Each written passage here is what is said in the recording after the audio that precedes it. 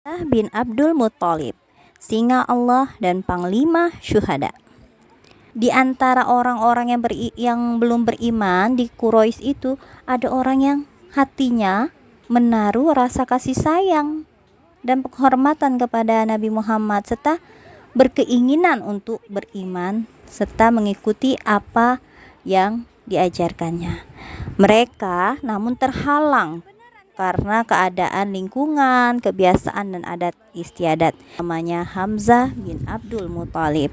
Namanya juga saudara sesusuan. Jadi dia tahu sebaik-baiknya tahu akan watak dan kepribadian dari Rasulullah. Sebab karena Rasulullah dan Hamzah itu adalah satu generasi yang usianya sama, hampir berdekatan, bukan sama ya.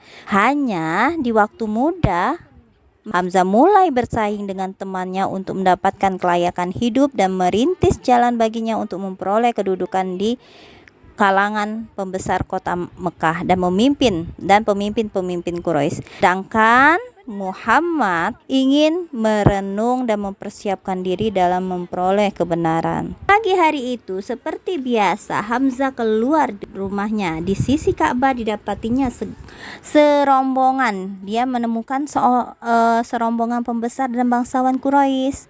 Lalu Hamzah ini duduk mendengarkan apa yang mereka bicarakan. Ternyata mereka itu sedang membicarakan Nabi Muhammad. Dan untuk pertama kalinya Hamzah melihat mereka, terlihat ya orang-orang kafir Quraisy itu gelisah karena dakwah yang dilakukan oleh Muhammad ya, dan mereka memperlihatkan kebencian serta marah ya kepada Nabi Muhammad.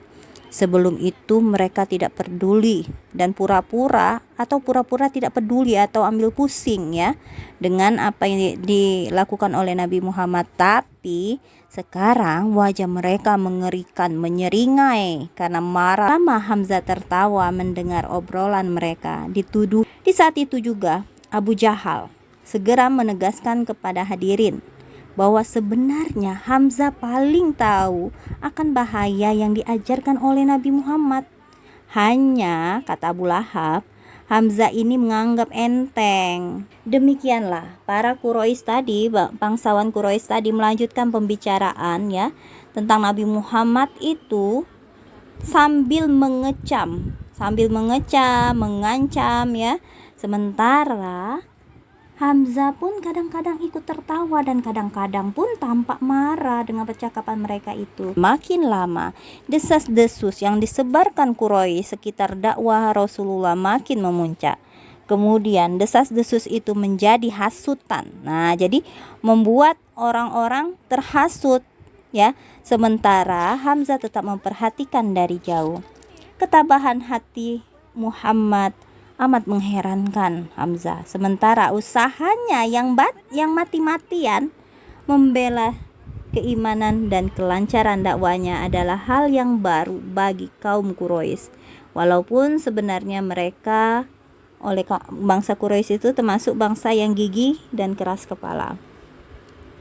Dan andainya ketika itu keraguan dapat menggoyahkan kepercayaan seseorang tentang kebenaran Rasulullah dan kebesaran jiwanya, tetapi ia tidak akan menemukan jalan untuk mempengaruhi dan memperdaya Hamzah. Jadi kalau ada orang itu ya yang ingin menggoyahkan apa yang disampaikan oleh Nabi Muhammad ya melalui ucapan-ucapannya mencoba untuk menggoyahkan Hamzah, maka itu tidak akan bisa, karena Hamzah adalah orang yang paling kenal dengan Nabi Muhammad semenjak masa kanak-kanak ya.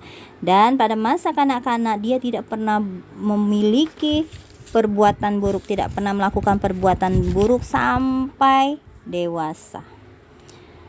Ia kenal Muhammad sebagaimana dia mengenal dirinya, bahkan lebih dari itu. Sejak mereka lahir menjadi remaja dan sama-sama berangkat menjadi dewasa, kehidupan Nabi Muhammad ya terbuka di hadapan Hamzah itu sebagai orang yang suci ya, orang yang tidak memiliki cacat ya. Dan tidak sekalipun dia melihat Nabi Muhammad marah, kecewa, putus asa, serakah atau Putus asa Nabi Yunus. iya Nabi Yunus, putus asa, serakah, mengolok-olokkan sesuatu atau berbuat yang sia-sia. Dia tidak pernah melihat Nabi Muhammad seperti itu. Hamzah bukan saja orang yang menikmati kekuatan jasmaniah belaka, tetapi ia dikaruniai juga kekuatan kemauan dan ketajaman akal pikirannya. Jadi, tidak wajar bila ia tidak ingin mengikuti orang-orang yang betul-betul dipercayanya, yang jujur seperti Nabi Muhammad. Karena Hamzah itu memiliki pikiran yang benar. Kenapa nggak diikuti orang-orang yang jujur seperti Nabi? Nah, kayak gitu ya. Dan hari yang ditunggu-tunggu pun datang. Hamzah keluar dari rumahnya menjinjing busur, menunjukkan langkahnya ke arah padang belantara untuk melatih kegemarannya dan melakukan olahraga yang amat disukainya. Olahraganya adalah berburu. Nah, setelah setengah hari ia menghabiskan waktunya untuk berburu dan dia kembali ke perburuannya itu langsung ke Ka'bah untuk tawaf seperti biasanya untuk tawaf. Dan sebelum pulang ke rumahnya ya, setibanya dekat Ka'bah, ia ditemui oleh seorang pelayan wanita, Abdullah bin Jun'an. Jadi ada pelayan Abdullah bin Jun'an, dia bertemu dan dilihatnya Hamzah telah dekat, maka pelayan itu berkata, "Wahai Abu Umarah, seandainya Anda melihat apa yang dialami oleh keponakan Anda, Muhammad, baru-baru ini. Abul Hakam bin Hisham ketika mendapatkan Muhammad sedang duduk di sana, disakiti dan dimakinya hingga mengalami hal-hal yang tidak diinginkan." Lalu dilanjutkannya cerita mengenai perlakuan Abu Jahal kepada Rasulullah. Jadi Rasulullah itu sudah diintimidasi itu apa ya? Sudah disiksa ya, dibuat tidak nyaman ya. Hamzah mendengarkan perkataan dengan baik, kemudian ia menundukkan kepala, lalu membawa busur panahnya dan menyandangkan ke bahunya. Setelah itu dengan langkah cepat tetapi tegap ia pergi menuju Ka'bah dan berharap akan bertemu dengan Abu Jahal di sana. Dan jika tidak ditemuinya, maka pencariannya akan dilakukan dimanapun sampai berhasil. Jadi marah dia dengan Abu Jahal. Belum lagi sampai di Ka'bah dilihat olehnya Abu Jahal ada di pekarangan rumahnya, sedang dikelilingi oleh pembesar-pembesar Quraisy. Maka dalam ketenangan tapi dia marah ya, Hamzah maju mendapatkan Abu Jahal, kemudian lalu melepaskan busurnya, diambilnya busurnya, kemudian memukulkan kepala Abu Jahal hingga luka dan mengeluarkan darah. Dan sebelum orang-orang itu menyadari apa yang terjadi, Hamzah pun membentak Abu Jahal, "Kenapa kamu celah dan kamu caci Muhammad, padahal aku telah menganut agamanya dan mengatakan apa yang dikatakannya? Nah, cobalah ulangi kembali makianmu itu kepadaku jika kamu berani." Tantangnya itu. Dalam sekejap orang-orang yang ada di sana lupa akan penghinaan yang baru menerima pimpinan mereka dan darah yang mengalir dari kepala Abu Jahal. Keislaman Hamzah menarik perhatian tokoh-tokoh ya untuk sama-sama memasuki agama Islam hingga Nabi Muhammad memperoleh kekuatan ya dalam berdakwah dan memperkokoh barisan dakwanya ya. Memang tidak salah, Hamzah telah masuk Islam dan di hadapan umum telah dikeluarkannya simpanan hatinya selama ini dan ditinggalkannya orang banyak itu dan merenungi kecewaan mereka dan kegagalan mereka akan harapan terhadap dirinya, dan dibiarkannya Abu Jahal menjilat darah yang mengucur dari kepalanya yang terluka. Ketika ia pulang ke rumahnya, semua rasa lelahnya hilang.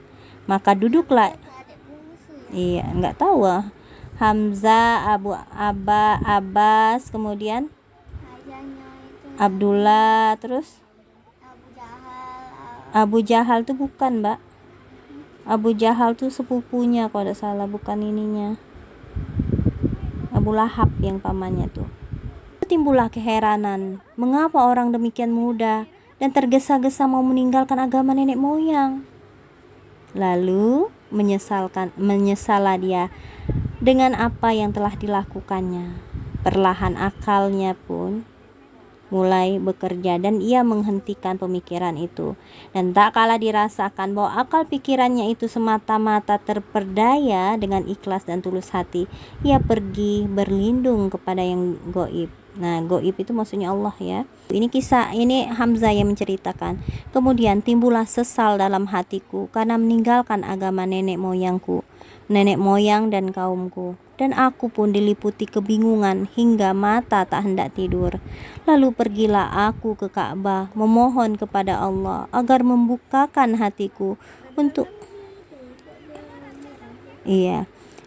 menerima kebenaran dan melenyapkan segala keraguan. Maka Allah pun mengabulkan permohonanku dan memenuhi hatiku dengan keyakinan. Aku pun segera menemui Rasulullah dan memaparkan keadaanku padanya. Maka didoakannya kepada Allah agar ditetapkannya hatiku dalam agamanya.